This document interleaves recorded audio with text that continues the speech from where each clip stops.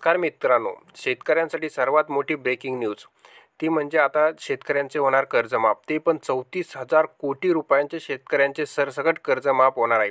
तर मित्रांनो, आपण संपूर्ण माहिती व्हिडिओमध्ये बघणार आहोत की 34,000 कोटी रुपयांचे कर्जमाफ होणार कोणत्या शेतकऱ्यांचं, आणि जे शेतकऱ्यांचं समजा 1.5 लाखापर्यंत कर्जमाफ होणार आहे, परंतु त्यांचं 1.5 लाखाच्या वरील कर्ज असेल त्यांच्यासाठी सुद्धा काय, आणि नियमित कर्ज भरणाऱ्या शेतकऱ्यांसाठी सुद्धा काय, हे आपण संपूर्ण माहिती व्हिडिओमध्ये पुढे बघणार आहोत। आणि कोणकोणत्या बँकांचे सुद्धा कर्ज माफ झाले हे पण आपण पुढे बघणार आहोत। परंतु त्याआधी जर चॅनलवर नवीन असाल तर चॅनलला लाईक, शेअर आणि सबस्क्राईब करायला विसरू नका। चला तर आता बघूया। महाराष्ट्रामध्ये 45 ते 50% लोक हे शेतीच्या क्षेत्रामध्ये, कृषीच्या क्षेत्रामध्ये कार्यरत आहेत आणि तिथनं रोजगार प्राप्त करतात।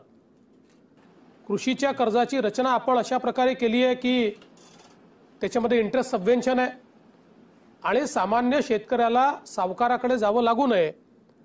पूर्वी हातुसने पैसे घ्यायची व्यवस्था होती, त्याच्याऐवजी संस्थेतनंच पैसे मिळावेत, बँकांमधनं, आपल्या विविध कार्यकारी सोसायट्यांमधनं, अशा प्रकारची व्यवस्था आपण उभी केली। पण या व्यवस्थेच्या जे बाहेर गेले त्यांना सावकाराकडे जाणं किंवा आपल्या जमिनी गहाण टाकणं अशा प्रकारचेच पर्याय उरल्यामुळे आपण राज्य सरकारच्या वतीनं हा निर्णय केला।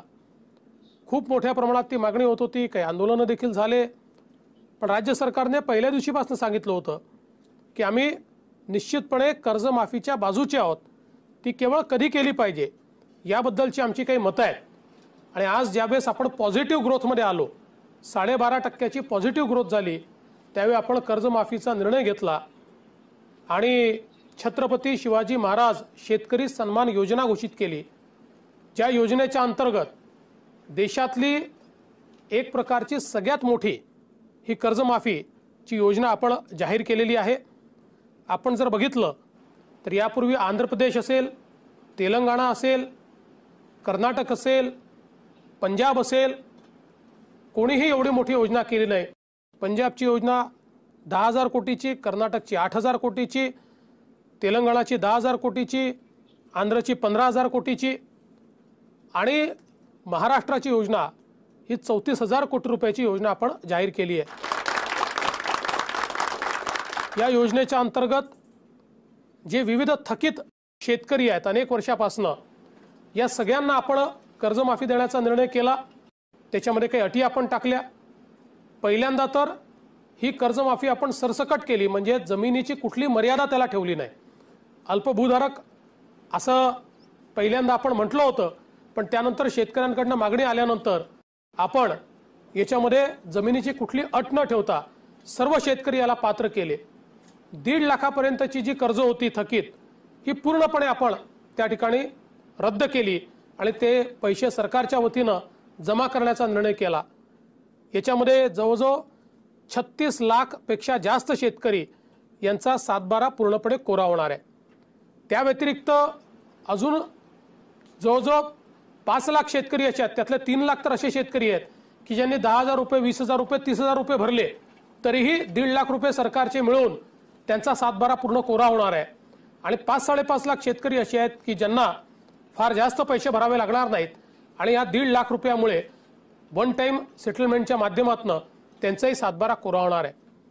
जवळजवळ 1.5 लाख शेतकरी असे आहेत की ज्यांचं कर्ज हे फार मोठं आहे आणि त्यांना देखील 1.5 लाखाचा फायदा आम्ही निश्चित देणार आहोत, पण त्यांना उर्वरित कर्जाची तजवीज ही करावी लागेल।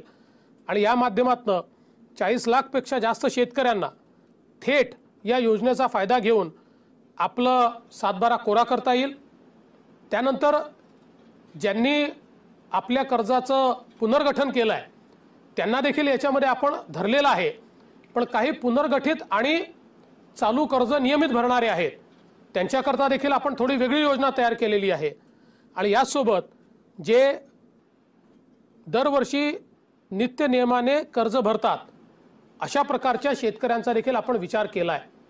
खरं म्हणजे ज्यावेळी मी विधानसभेत बोललो होतो त्याच वेळेस सांगितलं होतं की नियमित कर्ज भरणाऱ्या शेतकऱ्याला असं वाटू नये की आपण नियमित भरलं हे योग्य झालं नाही, आणि म्हणून त्यालाही आम्ही काही ना काही योजना देऊ।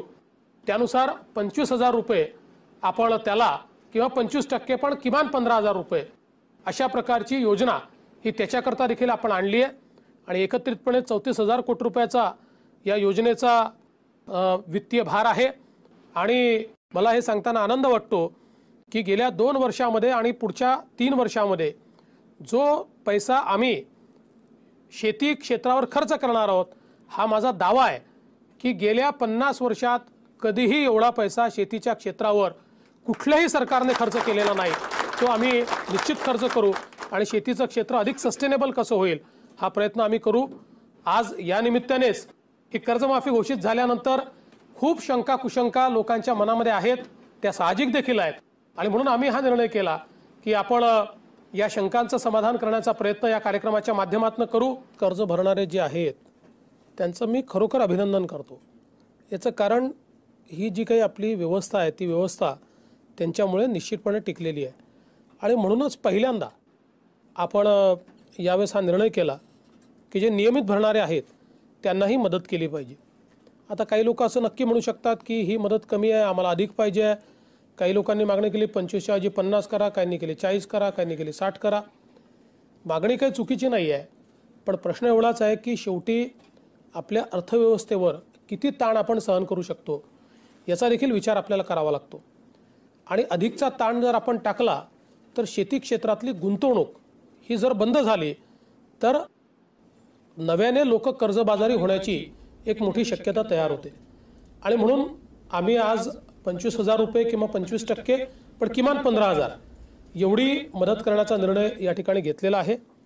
पण भविष्यात हे जे काही नियमित कर्ज भरणारे शेतकरी आहेत यांना जास्तीत जास्त योजनांच्या माध्यमातून कसा लाभ देता येईल हा प्रयत्न मात्र राज्य सरकारच्या वतीनं निश्चितपणे केला जाईल।